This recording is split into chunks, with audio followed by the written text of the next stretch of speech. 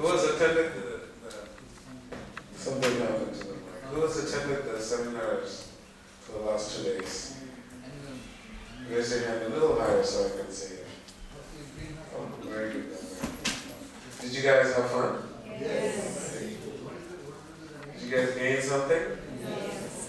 Okay, so please pay attention so that you don't miss anything.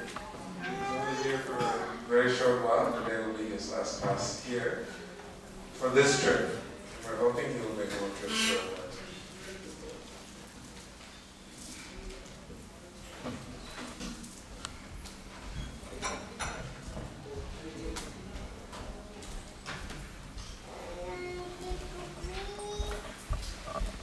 Thank you, Prabhu, for the kind introduction and the welcome to Atlanta. It's been a wonderful weekend, very inspiring for me. And thank you all for your association. So we'll begin with singing of Jai Radha Mata, and then a verse from Radhika, and a topic connected to that verse. The topic for today's class is why Krishna? Why, of all the different possibilities, why do we worship a little blue boy who plays the flute? It's a very odd choice for God, if you think about it. And yet it's the best choice possible. So we'll talk about that. But let's begin first with Jai Radha.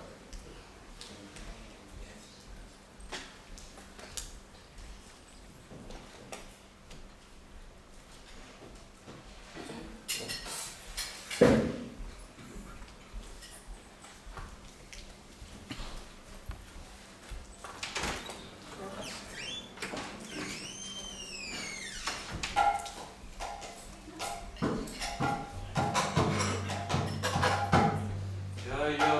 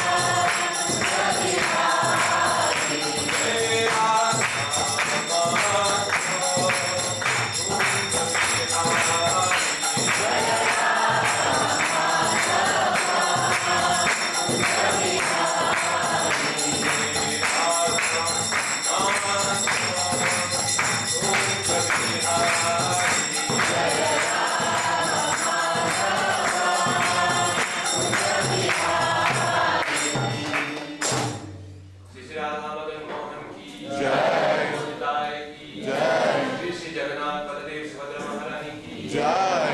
Srila Prabhupada ki Jai. Govinda ki Jai. Hari Bol.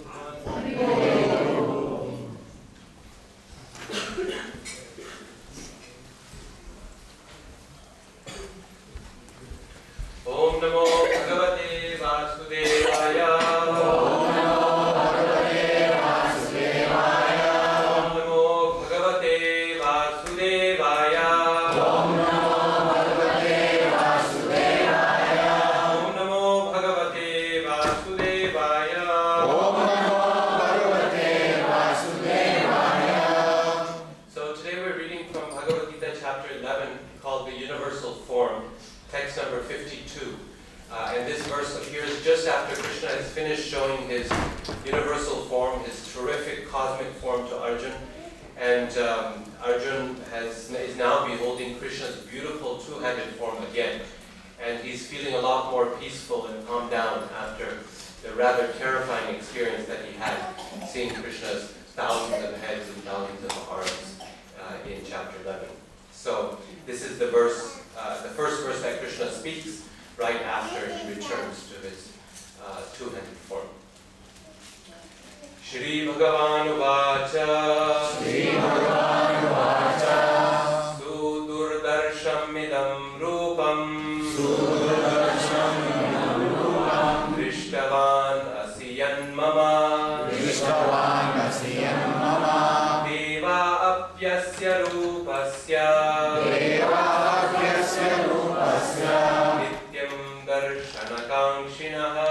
Nityam darshanakankshinaha. Translation and purport by His Divine Grace A.C. Bhaktivedanta Swami Prabhupada.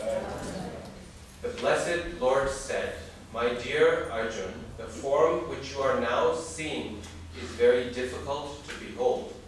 Even the demigods are ever seeking the opportunity to see this form which is so dear."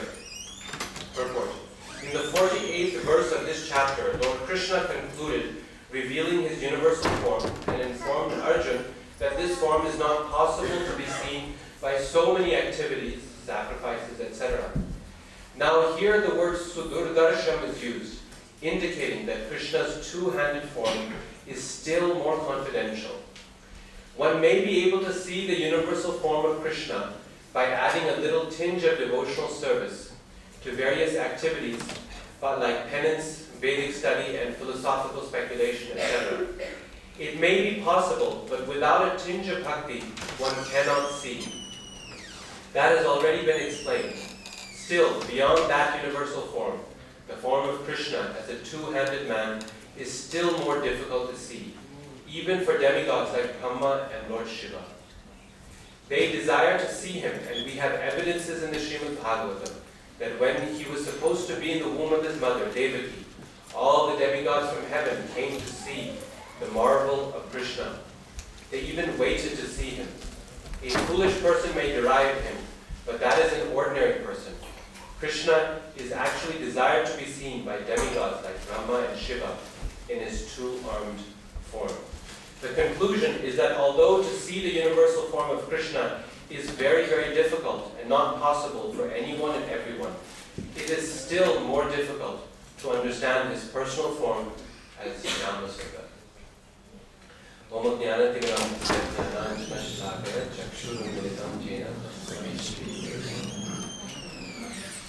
So, why Krishna? Why worship a two-handed, blue-skinned little boy as the supreme personality of Godhead, as the Supreme Lord? When we think of God, when we think of things like the universal form, things of cosmic power and great importance, we don't think of a little boy who's afraid of his own mother as God. So why him? Now, let me back up a little bit and let's begin asking this question from the very basics. And I need your help in order to answer this question. If you were out on the street and you spoke to the average person and you said, "Tell me who God is, tell me what God's qualities are, help me define God," what types of responses would you hear from the street? What qualities, what attributes, what ideas come to mind when you think of God? If you were to talk to the average person on the street, give me some suggestions. Say all-knowing. Yes, someone who's all-knowing, omniscient. They know past, present, and future. Good, yeah. Love. God is love, right? You hear that a lot. He loves all beings. He is love himself. Good, what else? God is all-powerful, omnipotent. He can do anything he wants. Good. He's the creator. He's the source of everything. Excellent. Very good. All-pervading. All-pervading, present everywhere. Omnipresent. Excellent, yeah. God can be known. Unknowable. Very good. God can't be known. So all these definitions are, yeah. What else? Truth. Truth. God is truth. Often you hear of God as Father. Right? God is Father of creation. Goes with the idea of God being creator of the world. In general, you hear a lot of omni qualities. Right? God is omniscient, omnipotent, omnipresent, omnibenevolent is another one you don't hear much. He's omnibenevolent means he's love. He's all good. He wants to help everyone. So a lot of omni, the word omni means all, complete. He's all this, all this, all this, all this. But you notice in all of these definitions that we hear of God, there's one common quality that's present in all of them, which is that we all tend to generally define God in our terms, in terms of how he is useful or beneficial or fruitful for us. So, but we say God is the creator. The creator of whom? Us. Yes. God is the Lord. He is Lord. Right? Lord of whom? Us and the universe. God is all-knowing. He is all-powerful. What does he know everything about? Us. Right? He knows everything about me and my past and my present and my future. God is all good. How do we know God is all good? Because he gives me whatever I want. So he must be all good. I prayed to him last week in the Sunday feast, and he gave me everything I wanted. So he must be omnibenevolent, all good. God is love, but typically, who do we think he loves? Us, right? Notice how in all these definitions of God, still, although we're talking about him, the center of the conversation is still us. Right? We're still the main point behind it all. There's nothing wrong with these definitions. Even the Vedas provide definitions like this. They call them Janmadhyasya. They define the Lord as he from whom everything comes. Right? Everything is born. Ekameva Dvitiyam. He is one without a second. He is superior to everything in this world. The Lord is defined in these terms, and that's okay. But have we ever considered the question of, well, what is God like when he's not connected to us? When he's not dealing with us? When he's not helping us? When he's not loving us? When he's not creating us? When he's not ruling us? Then what if we're not in the picture? Then what does he do? What is he like? In his own time. You know, as a child, I used to think, I remember the first time when I realized, this was my first year of college, I think. I realized that my teachers had a life outside of me. That, oh, my teacher has kids at home, and he has a wife, and he's got, like, this is not everything for him. This is still a job for him. For a long time in life, it was kind of like, it's me and the teacher. What else could there be? Or with parents. There's a certain age at which children realize that, oh, I'm not 100% everything for the parents. That the parents actually had a life before me. It's a life they may even miss at times. And they have their own desires and hopes, but they also have their own fears and they have their own aspirations that are aside from what they hope from me, right? But up to a certain age, a child thinks, it's all about me. My parents, why? And they complain, why weren't you there? Why weren't you? I was just in the kitchen, I was just outside. No, why weren't you there? Means my life is everything. You're supposed to be here for me. And that's how we begin in our relationship with God as well. Right? We think, well, he should be here for me, and he usually is. But last week he wasn't. And why wasn't he here? I needed you and you weren't there. And that's okay. That's okay. Every child needs to think that up to a certain age. But then, at some point, we hope we will grow up. And every parent hopes that their children will grow up and they will be able to relate to them as adults very nicely in a manner that's respectful and realize that, oh, maybe my mother and my father need some care also from me. Maybe it's a two-way street and not just me giving, the parents just giving to the kids. Maybe I need to give something back. Maybe I need to worry about their feelings like they worry about my feelings. We all hope that, right? We all hope one day that will happen with our children. So, Krishna too, God hopes the same thing from us. And so we ought to ask the question, well, when God is not dealing with us and our issues and our problems and our needs and our desires, then what is he doing with his time? He has all the time in the world. That time is under his control. So what does he do with all of his time? What do you think God does with all of his time when he's not worrying about us? What do you think he does?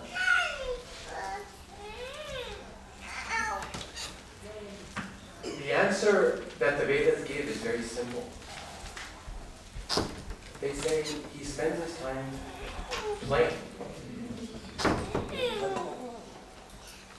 Now, this can sound like a joke a little bit. Well, yeah, he plays, but he's probably got other more important things to do as well. But I don't mean play in just a frivolous sense. Play is actually a very powerful concept, very important one. And we ought to know, well, what do we actually mean by this word, play? Now, another question. Tell me, what is the difference between work and play? If you had to define the difference between work and play, what is it? What makes something work, what makes it play? One is something that you want to do, something that you have to do. Good. So you hit the nail right on the head. Right? Play is something you want to do, work is something you have to do. Now, so take an example. So, is painting, is that work or play? It depends, right? If you're a painter and you have to wake up 7 o'clock every morning and go to someone's house or to a big building or something, and you have to sit and paint, then it's work. And you look forward to coming home in the evening when you can take off all your painted clothes and you can relax and you don't have to paint anymore, particularly on the weekends. You want to do something else for play, right? Now, on the other hand, if you're a computer IT programmer and you're spending your whole day in front of a computer, you may actually look forward to coming home and doing a little painting. It may be something that's actually enjoyable, it's fun. Or you might be an artist, and you may spend all your spare time painting. So, the activity itself doesn't make it work or play. Mark Twain has a story. A little boy named Tom Sawyer, from school you may have read, who he's got a summer job. It's really hot outside. He needs some money, so he's working for a neighbor, and they've asked him to paint their fence. So he's out there painting the fence up and down. You know this story? So he's painting the fence, and he's really tired and he's frustrated. He doesn't want to be doing this. He has a bad attitude. And then all of a sudden his friends show up, and they say, "Hey Tom, what are you doing?" And an idea strikes Tom. Instead of putting on a sour face, he smiles big, and he says, "Hey, I'm painting." And they all go, "Tom, can we paint too? Can we paint?" He says, "Nah, I like doing this. I'll paint." "Please, please, please, please." "Okay, if you want. Here are the rollers, here are the brushes, you can paint." And he has a seat sipping lemonade while they all paint the fence for him, while he gets paid for it. Now, for Tom, painting was work, and sipping lemonade in a nice lawn chair was play. For the friends, sipping lemonade would have been work. They were bored to death, but when they saw the opportunity to paint, that was fun. That was play. Again, the work itself doesn't make it play or work, right? The activity itself. It's why we do it, what the attitude behind it is. If we have to do it, it's work. If we want to do it, we do it out of our free will, it's play. Now, answer this question for me. What is there that God has to do, that He must do? Nothing. Okay, does God have to go read a book to get knowledge and learn, get an education? No. So if He ever wanted to read a book, why would He read a book? For fun, for pleasure, for play, right? Just because He wanted to. Does God have to go out to work, to a job, to make money, to support a family? No, He already has everything in this world, right? So if He did go out to do some work, it would be play, right? He wouldn't have to do it. He would be doing it why? Because He wants to, for fun. Maybe the children can go into the next room. Yeah, I'm taking up some. Thanks. So it would have to be anything he did, right? Anything he did would be just because he wanted to. Right? It would not be because he had to do it. When the Lord creates the world, does He have to create the world? No. The scriptures describe that even the creation of the world is a tatastha lakshana. It's an accidental, it's a secondary characteristic of God.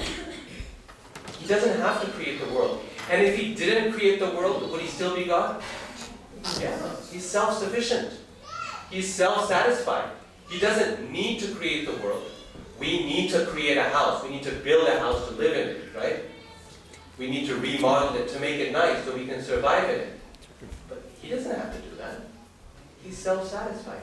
So when He creates the world, is that work or play? It's play for Him. He does it only because He wants to, because it's enjoyment, it's pleasure. He wants to relate to other living entities. The Upanishads, Chandogya Upanishad, it says, Sadeva Somyam Idamagra Asit. In the beginning, Agra, Sadeva, there was only the Lord. Only the eternal Lord present. Sadeva Somyam Idam Agra Asit, at the beginning. But then, Tadaikshata, he thought, Bahusyam Prajayeya, let me become many, let me propagate myself. He did it for his own desire, for his own pleasure.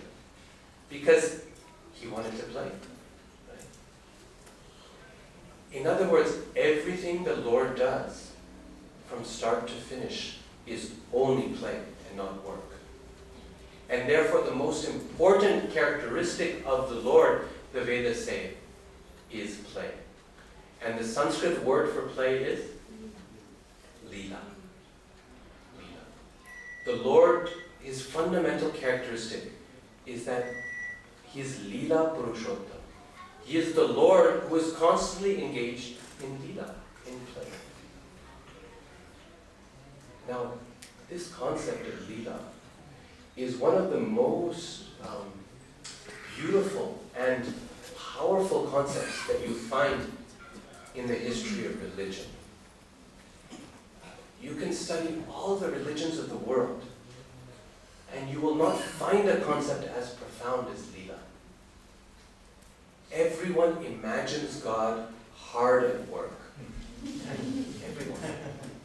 He is there seated as a judge, deciding, you go to heaven, you go to hell, you go to heaven, you go to hell. And the Vedas say, well, why would he need to do that? Could he find a good employee to take care of that for him? I mean, CEOs can. The president of this country doesn't sit and judge people. Only on rare occasions, at the end of his presidency, the last 2 days, he'll pardon people. He'll give out those pardons because he wants to. He can do it. But he doesn't take that burden every single day. We imagine God hard at work. There he is with a hammer and chisel creating the world. The average rich person can find a contractor to take care of building his house. But God won't be able to do that? What about looking after our needs? You've seen the movie, Bruce Almighty? Anyone seen that? Anyone want to admit to seeing that? In this film, right, Bruce becomes God for a little bit, right? And it's such a struggle. Why? Because he's dealing with all of these prayers that show up in his head. God, please give me this, blah. And he can't keep track of all of them. Of course, he's not really God. This is the problem. He can't keep track.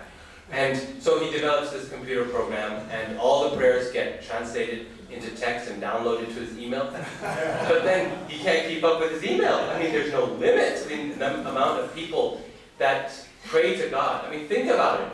Every child, nearly every adult on the surface of the earth, gets down on one knee every night, God, and they pray to God. And he has to respond. We don't think that the Lord can find someone to take care of that for him, to organize the prayers and to deal with the easy ones. Oh, this doesn't match with your karma. Sorry, no lottery for you. But you did a lot of pious activity. You want to use it up with the lottery? Sure, I'll give you them. Krishna can find people to do that for him.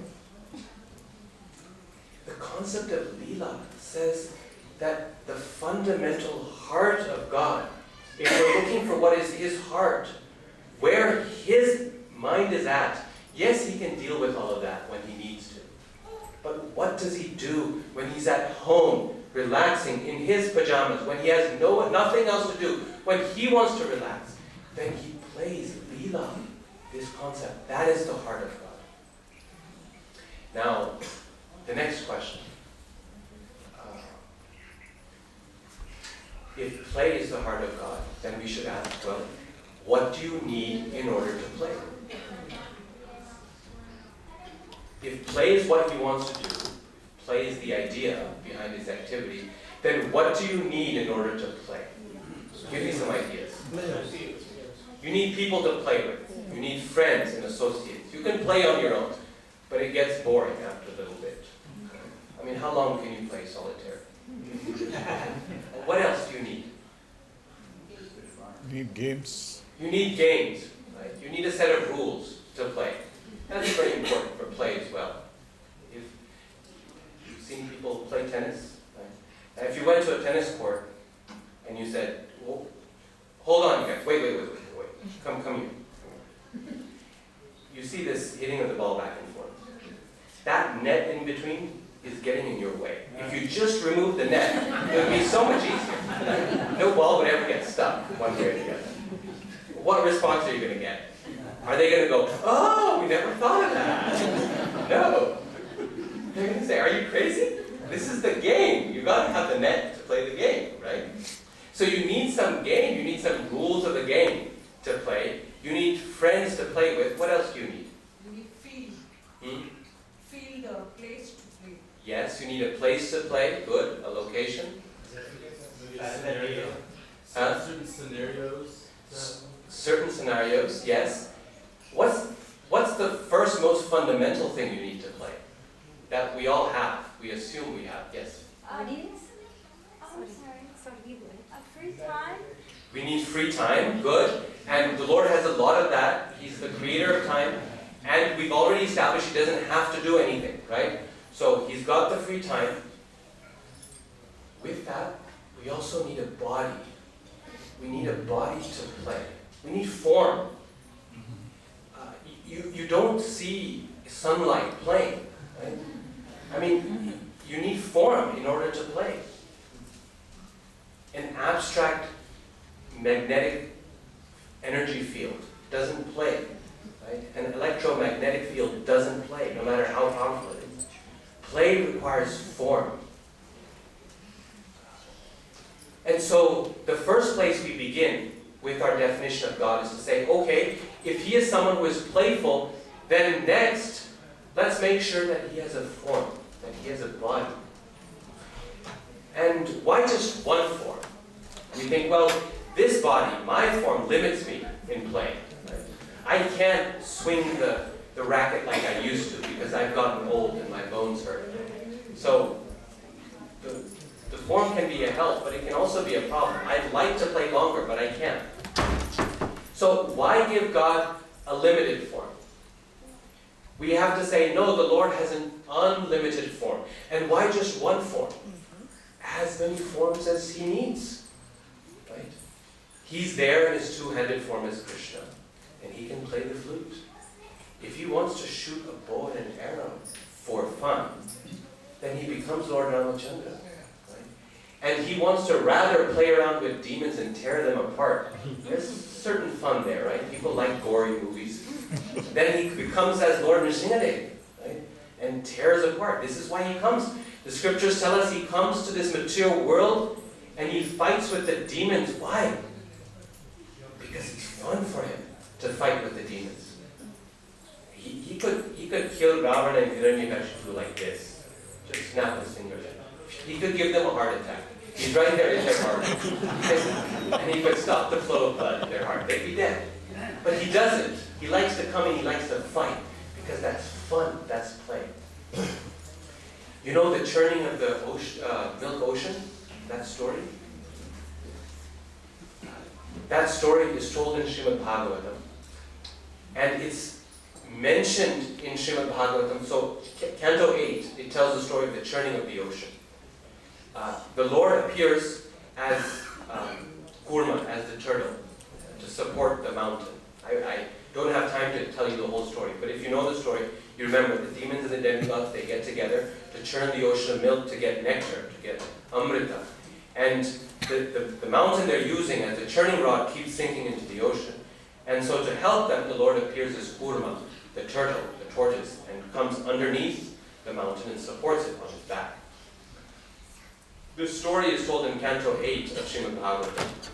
It's also just mentioned in one or two verses in the second canto, in the description of the incarnations of the Lord. Each incarnation is told in like one or two verses.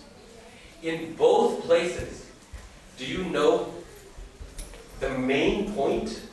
They've got two verses to tell the story. The main point of this whole story that they bring out, why the Lord came as a turtle and this whole churning of the ocean happened. Yeah, He had an itch on his back. And it was really nice. The churning rod was a great way to itch the back. And not only was it itching, it was so pleasing that the Lord felt sleepy while this was taking place. Can you imagine? The demigods and the demons are there going, oh God. And they're really, really sweating. It's Bhagavatam describes. Their luster and their energy is all gone from their bodies. The heat from the mouth of the serpent, which is the churning, the snake is the churning rope is burning their bodies. They're sweating. They're coughing because of the smoke. They're tired. The energy is gone. And Krishna's down below having a great time. He's in the cold water and his back is being scratched. He's feeling really, really sleepy while the whole universe fights it out between the demons and the demigods. Means the whole point of the story is Leela, right? Krishna could have found another support for that mountain. Why not? Right? He could have just made the mountain longer so it hit the ground. But no, he comes in the form of a turtle. Why? Because it's fun, it's play, it's a drama. He's the greatest actor in this world. For him, truly, all the world is a stage. For us, no, we get lost in this world. For us, it's reality. But for the Lord, it is truly a play.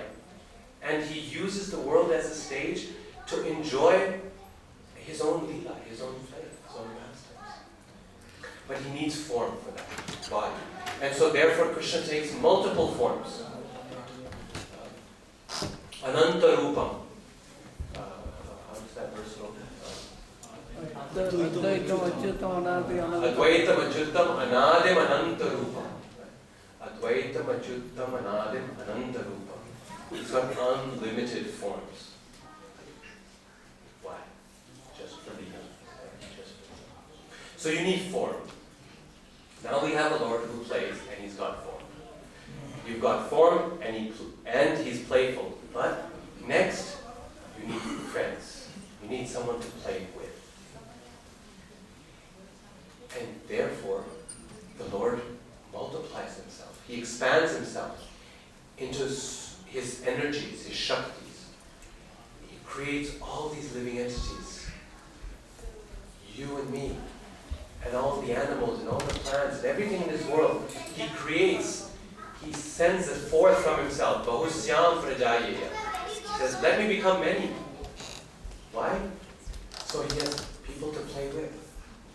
He has friends. He has those he can engage with. People he can save. People he can help. This is the reason for our existence. We don't exist in order that we can achieve something great or do this or do that. We exist so we can provide pleasure to the Lord. So we can serve as his friend and play with him. This is why we're there. And so Krishna, with every living entity then, he creates all these friends. And with each one, he enters into a unique relationship. A unique personal relationship with every one of his friends. Otherwise it would be really mean, right? He creates us to be friends and then he says, nah, I'm not interested. That would be terrible. It'd be like inviting someone to your house and then saying, nah, just sit there. No, you invited them, right? He creates us. If you have a child, you have to take care of the child. So the Lord has created millions and billions and trillions of living entities. And with each one, he shares a personal relationship. As a friend, as a child, as a parent, as their beloved, as their master. He shares all these different kinds of relationships. And engages with each person in that way. The word for these relationships in Sanskrit is what? Rasa. So, we have the Lord. In order to make sense of the idea of Lord, we have to have the idea of Leela. But to make sense of the idea of Leela, we need another very important concept, which is Rasa. And this is why the Lord engages in unlimited amounts of rasa, varieties of relationship. Any relationship that you want in this world, we can find in Krishna. This is why our acharyas, in our scriptures, they define God. The very first verse of Nectar Devotion, which we define God as Akhila Rasamritam Murti. The Lord is defined, God is defined as He who is the fountain, the embodiment of all different rasas. Not just rasas, the pleasure of all rasas. Akhila Rasa Amrita Murti. He is the embodiment, Murti, the source, the fountainhead of all different kinds of nectarian rasas, blissful rasas, relationships. Now, that's some definition of God. What a wonderful definition. Look how far we've moved away from calling Him Creator, or Master, or Lord, or Judge. What a distance we've gone. We call Him Shrishtikarta, Jagat Pita, and we think we're doing God a favor by calling Him Lord of the universe. Krishna's not interested in that.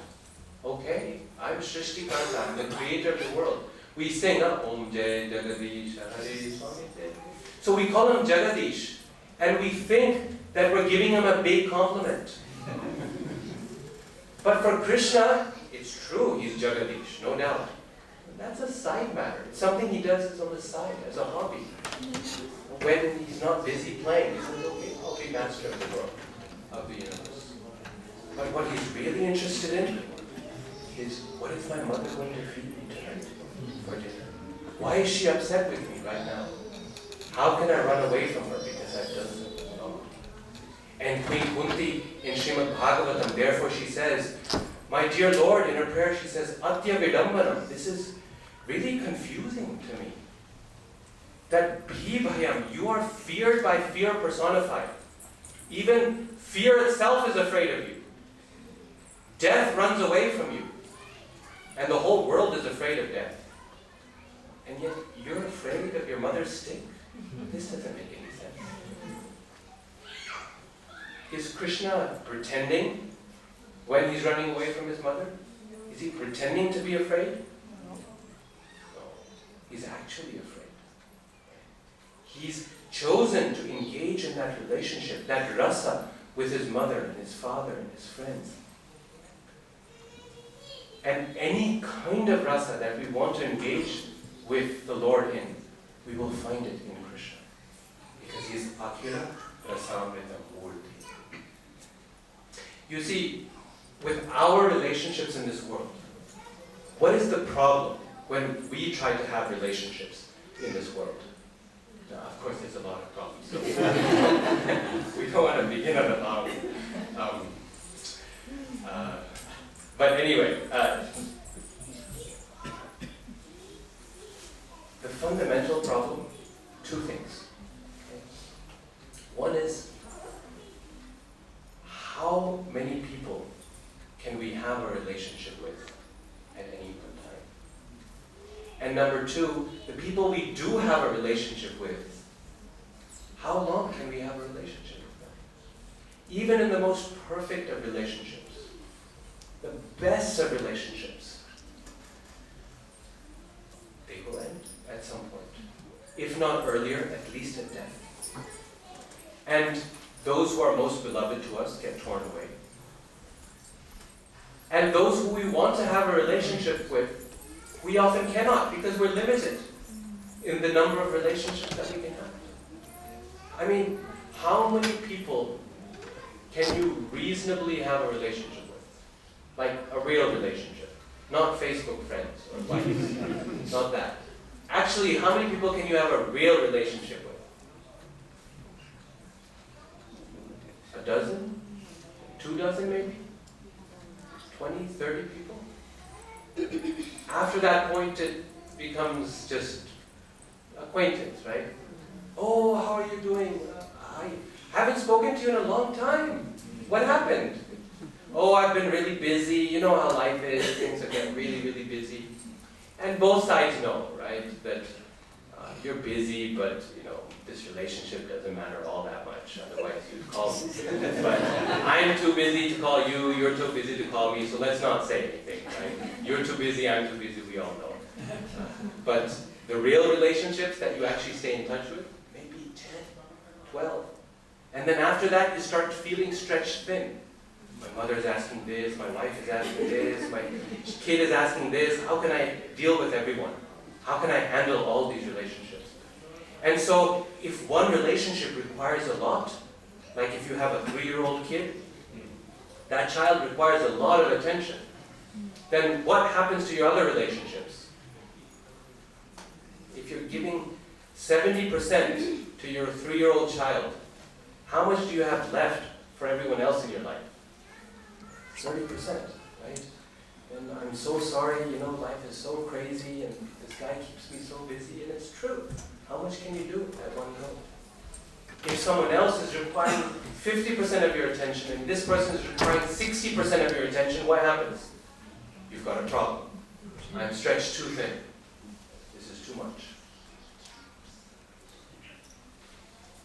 But Krishna, as Akhila Rasamrita Murti, as the fountain, the ocean of all rasas, Bhakti Rasamrita Sindhu is the ocean of all rasas, of all relationships. There's no limit to how many relationships and with how many people and to what degree he can have those relationships. He's there for every one of us, all the time, at every moment. If Krishna gives 100% to you, how much does he have left for you? 100%. And if he gives 100% to you and 100% to you, that means nothing left for you? No, still 100%. What does the Upanishad say? Purnamadaha Purnamidam Purnat Purnamudachyate Purnasya Purnamadaya Purnameva Vashishyate. The Lord is Purnamadaha Purnamidam. He's giving 100% here to you and giving 100% here to you. Purnasya Purnamadaya. You took 100% away from Krishna and you took 100%. How much is left behind for you? Purnameva Vashishyate. 100% is left for you. That's why he is God. Because he's there 100% for every living being. When Krishna got married to 16,000 queens in Dwarka, each one saw him